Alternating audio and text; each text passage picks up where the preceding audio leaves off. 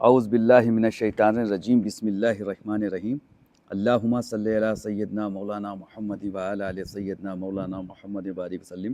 جیسا کہ حضرات ایک ویڈیو بنانے کے لیے اور کہا تھا ہم نے مزارات کے لیے کہ مزار پہ جانا کیسا ہے، مزار پہ جانا کیسا ہے۔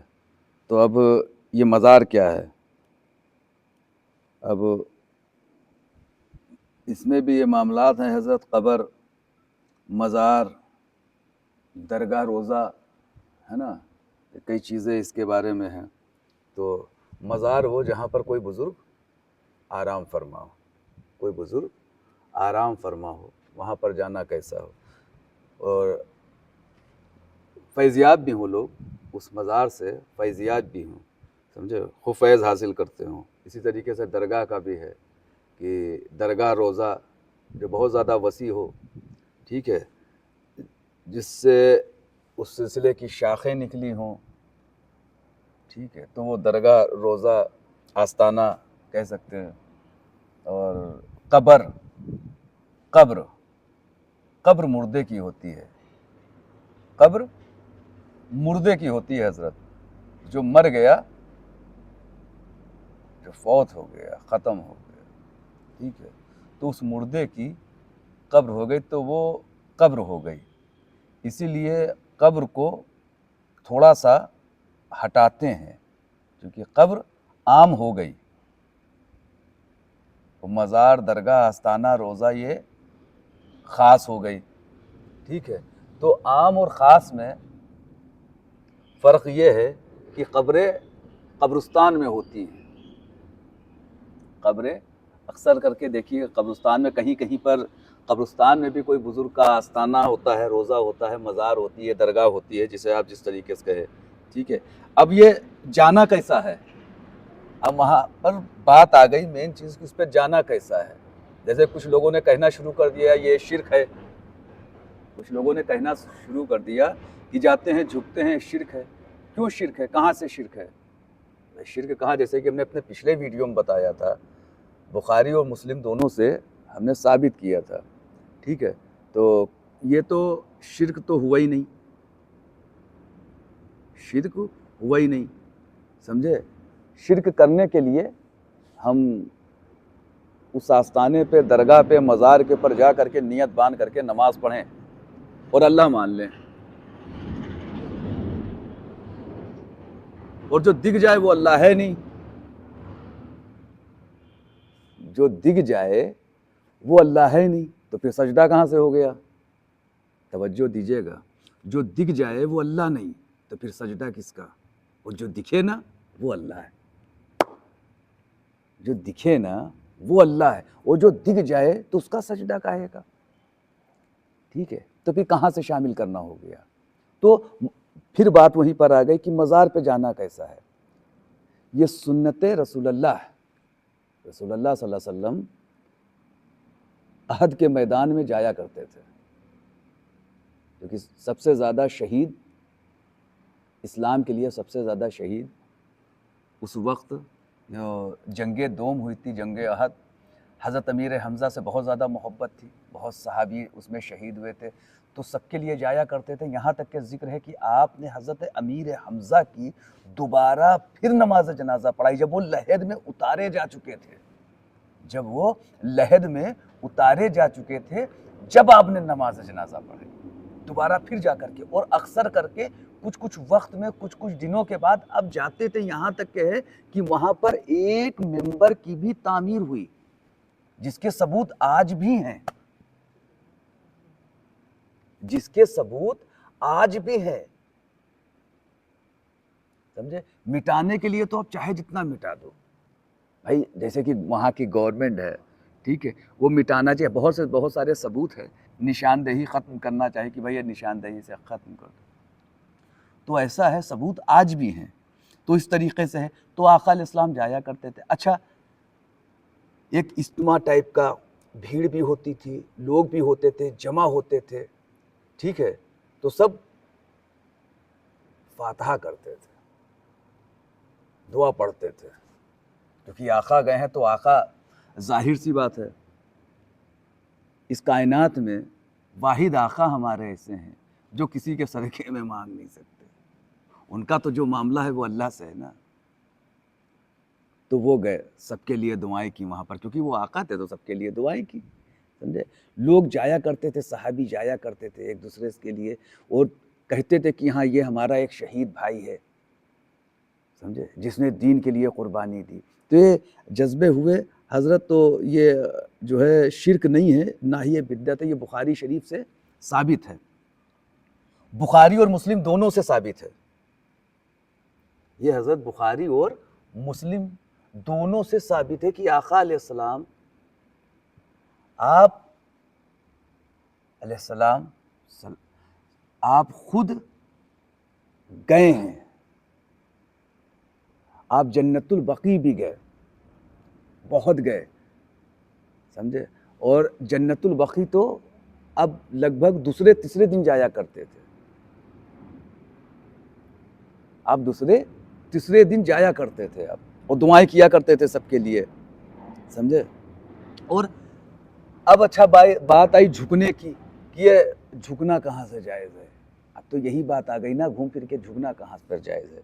تو بھائی سرکار تو جھک نہیں سکتے, معاذ اللہ, اللہ معاف کرے. رسول اللہ صلی اللہ علیہ وسلم کیا کسی کے سامنے جھک سکتے ہیں, اس سوائے خدا کے, اس پاک پروردگار کے علاوہ کسی کے سامنے جھک سکتے ہیں؟ اور سجدہ ویسے بھی کسی کے لیے نہیں ہے, وہ تو آقا ہیں, ہم لوگوں کے لیے بھی نہیں ہے. سجدہ تو کسی کے لیے ہی نہیں, رکھا ہی نہیں گیا سجدہ. تو پھر یہ سجدے کی لڑائی کاہے کے لیے ہے, یہ سجدے کی لڑائی کاہے کے لیے. اور اگر اللہ سجدے کو رکھتا, اگر سجدے کو رکھتا تو کس کے لیے رکھتا؟ اللہ کیا کہہ رہا ہے, لا مرتل مرعتن زوجیہا, کہ اگر اللہ سجدہ رکھتا تو خاتون کا شوہر کے لیے رکھتا, کہ ایک بیوی اپنے شوہر کا سجدہ کر سکتی ہے. سمجھ میں آئی حضرت بات؟ ایک بیوی اپنے شوہر کا سجدہ کر سکتی ہے, لیکن اس کے لیے بھی منع دی ہے. ٹھیک ہے, جیسے کہ ہم نے پچھلے ویڈیو میں بتایا, اس کے بارے میں بتایا, سمجھے. اب شرک ہے, مت جایا کرو, روکو, نہیں جانا چاہیے, غلط ہے, غلط ہے. پھر اللہ نے خود فرمایا کہ جھک جاؤ.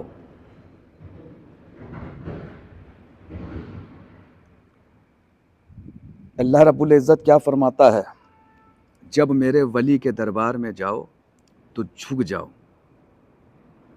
جب میرے ولی کے دربار میں جاؤ تو جھک جاؤ. فَإِذَا لَقِيتُمْ فَاخْفِضْ لَهُمْ جَنَاحَكَ,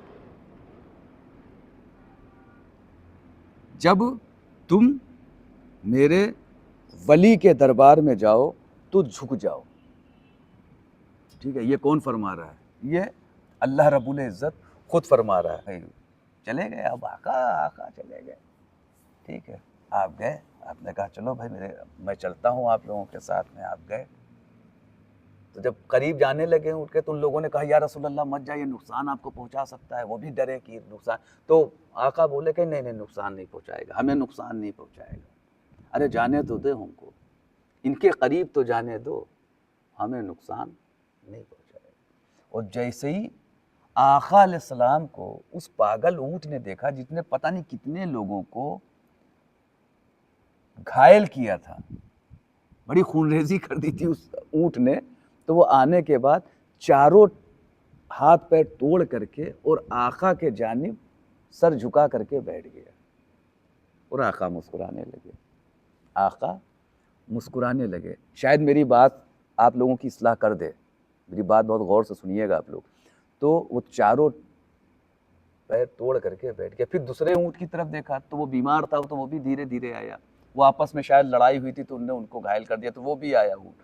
وہ بھی آ کر کے اسی طریقے سے بیٹھ کر کے اور سر کو آپ کے قدموں کے اوپر سجدہ نما کر دیا. بہت سے صحابی تھے, انہوں نے کہا یا رسول اللہ یہ تو سجدہ ہو گیا ہے, تو آپ کا سجدہ کر رہے ہیں. یا رسول اللہ یہ تو سجدہ کر رہے ہیں آپ کا, یا رسول اللہ یہ تو سجدہ کر رہے ہیں آپ کا. ہم لوگوں کو بھی اجازت دی, پہلا حق تو ہمارا ہے, پہلا حق ہم لوگوں کا ہے, ہم کو بھی سجدے کی اجازت دیجیے.